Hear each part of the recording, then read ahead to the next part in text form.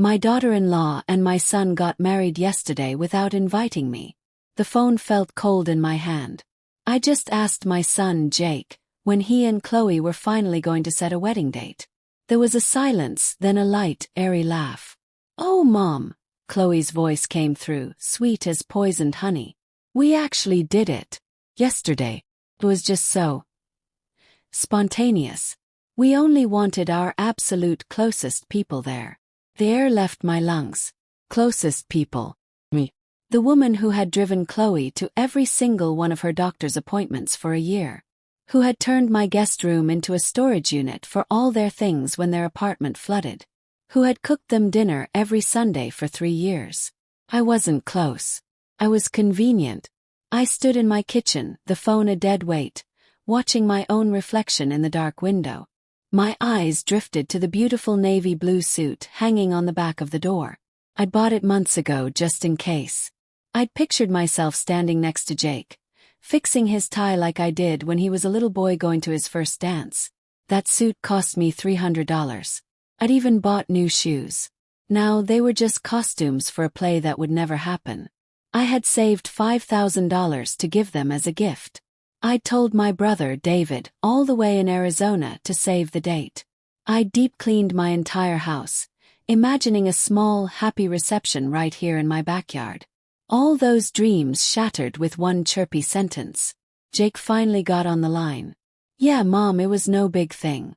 Just us and the justice of the peace at the courthouse." But I knew. I'd already seen the pictures online. Chloe's sister had posted a whole album. There they were, Jake and Chloe, kissing under a shower of rice outside a beautiful little chapel. Not a courthouse. Her entire family was there, beaming. Her mother was wearing a gorgeous lavender dress. I saw the cake, the flowers, the champagne flutes. I saw it all. And then 1 week later to the day my phone rang. 'Twas Chloe. Her voice was completely different. Thin and shaky. "Linda. I'm so sorry to bother you." She started crying. "It's the car. It broke down completely. The mechanic says it's the transmission. We can't get to work. We're going to lose our jobs.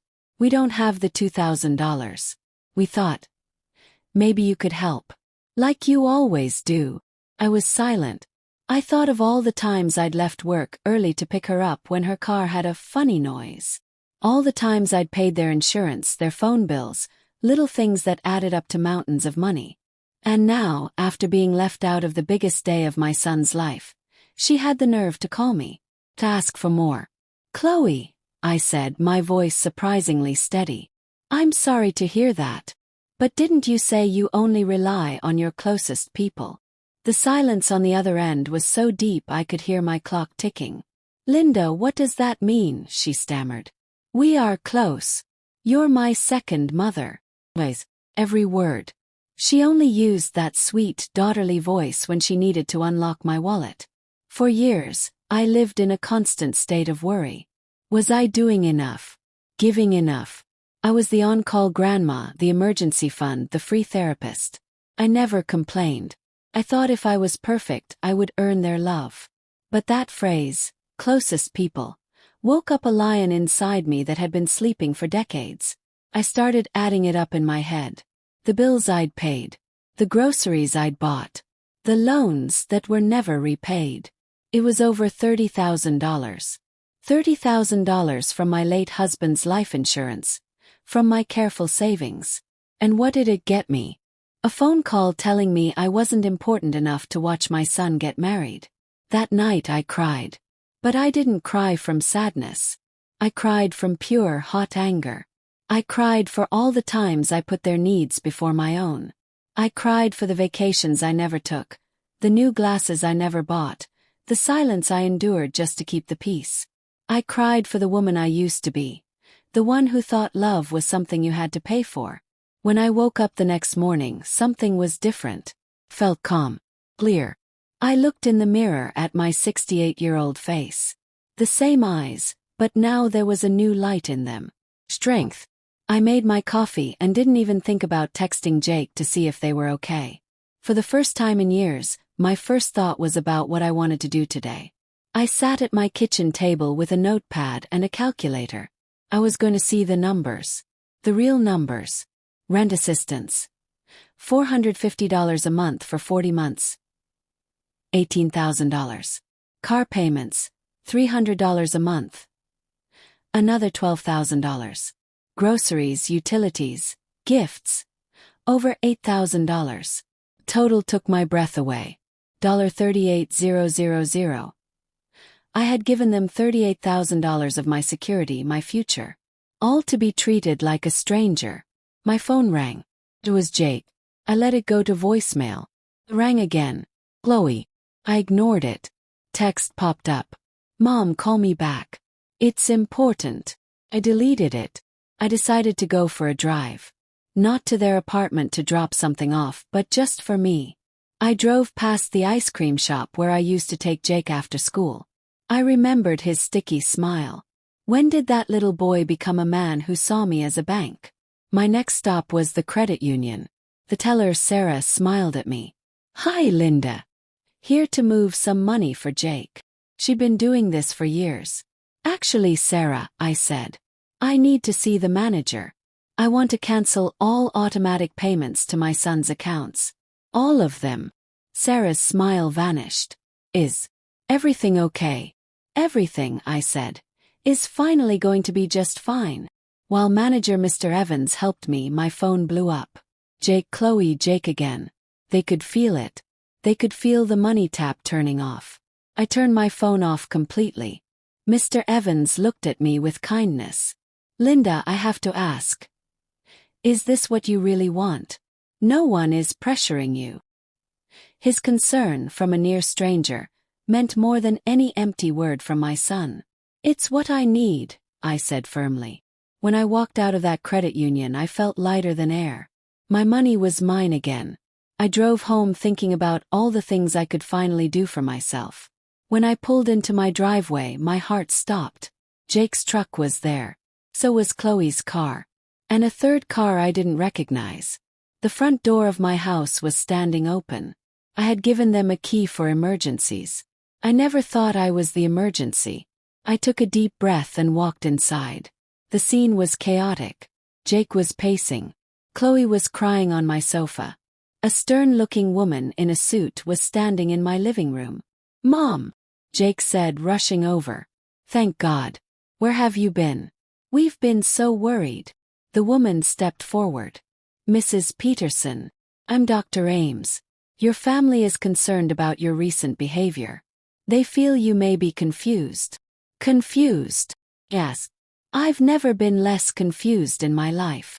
Canceling your financial support so suddenly is a sign of instability, the woman said calmly. We're just thinking about your well-being. Chloe jumped in, her tears drying instantly. Linda, honey, we know you're not yourself. Maybe all the stress. At your age. It's understandable. I saw it then. This wasn't concern. This was a plan. They wanted to make me seem old and senile so they could take control of my money. The anger that had been building inside me turned to ice. Get out, I said, my voice low and steady. All of you. Get out of my house right now. Jake's face turned red. Mom, we can't just leave. We have problems. The car is dead. My credit card is maxed out. You've always helped us. And what have you ever done for me? Yes. You got married without me, Jake. Without your own mother. The lawyer-type woman opened her briefcase. Mrs. Peterson, perhaps some documents would help. Temporary guardianship. Just to ease the burden on you. I walked to the door and held it open. The only burden leaving this house today is you. They filed out, shooting me looks of pure hatred. Jake turned at the door. You're going to die alone, Mom. And then you'll be sorry. Close the door. The silence was the most beautiful sound I'd ever heard. I didn't waste a second. I called my brother, David, in Arizona and told him everything. Then I called a lawyer he recommended, a fierce woman named Attorney Cruz. I told her the whole story. Linda, she said, this is financial abuse. It's against the law. We're going to protect you. My first task was to change all my locks. Then I went to a different bank and opened a brand new account. I started moving my money, piece by piece, to a place they could never touch. I was taking my life back. Later that day, my phone rang from a blocked number. It was Chloe. "Linda, please. Let's talk. We made a mistake. We'll have a party just for you. A redo wedding." "Chloe," I said, "how much is the car repair again?" She hesitated. 2,000. "But that's not why I'm calling. We miss you." "You miss my checkbook," I said. "The answer is no." Hung up. Felt powerful. I went to the garden center and bought myself a beautiful new rose bush. I was planting it when my neighbor, Betty, came over. "Everything okay, Linda? I saw quite a commotion over here earlier."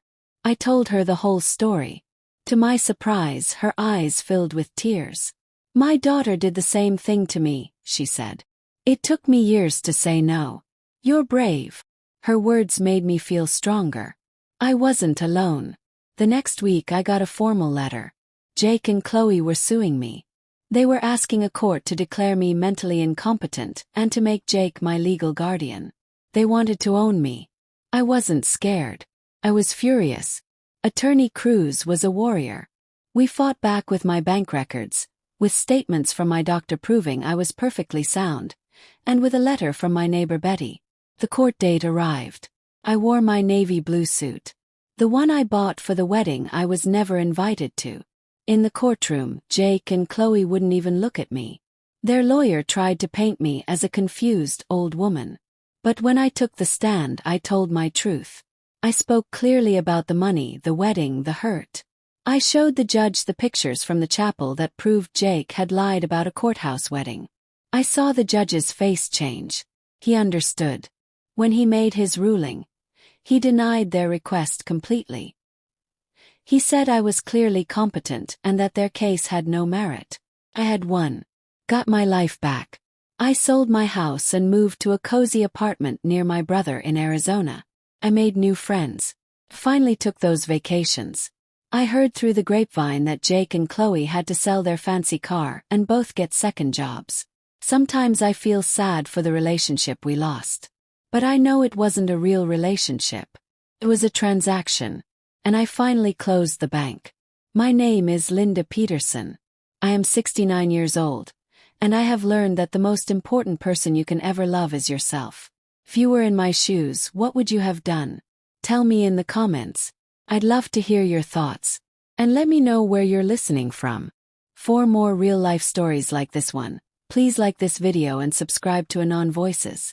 There are so many more stories to share. With love, until next time.